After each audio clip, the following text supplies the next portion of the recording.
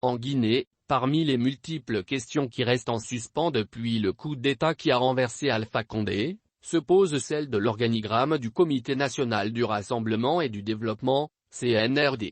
Au-delà de son chef, le colonel Mamadi Doumbouya, le flou demeure sur son équipe rapprochée. Comment est composé le CNRD? Qui sont ses membres? Vous aurez une liste très bientôt, répond le porte-parole de la junte.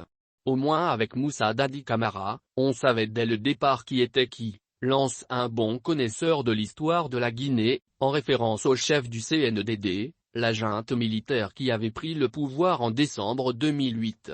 L'image du colonel Amara Camara, porte-parole du CNRD jusqu'ici inconnu du grand public, est désormais familière pour les téléspectateurs de la RTG. C'est lui qui lisait les communiqués sur la chaîne nationale depuis le soir du coup d'État, avant de passer la main ces derniers jours à une femme, le lieutenant-colonel Aminata Diallo.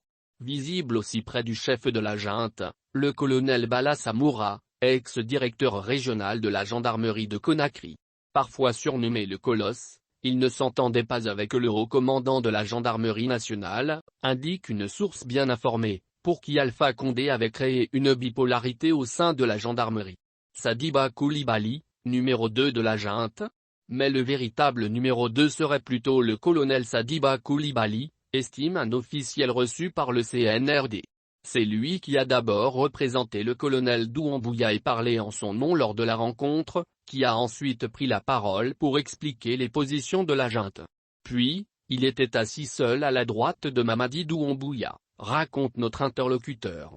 Le colonel Koulibaly avait été nommé fin août 2019 commandant du centre d'entraînement des opérations de maintien de la paix. Sa photo apparaît en juillet 2019 sur la page Facebook de l'ambassade américaine en Guinée aux côtés d'un autre officier guinéen, au retour d'une formation à la prestigieuse école de guerre et de commandement de l'armée américaine. Ils mettront les connaissances nouvellement acquises au service de leur nation, peut-on lire dans la publication. Le nom du général Aboubakar Sidiki Camara, alias Idi Amin revient enfin avec insistance. Ancien directeur de cabinet du ministre de la Défense, ancien proche d'Alpha Condé, il avait finalement été éloigné et nommé ambassadeur à Cuba début 2019, rappelle un observateur.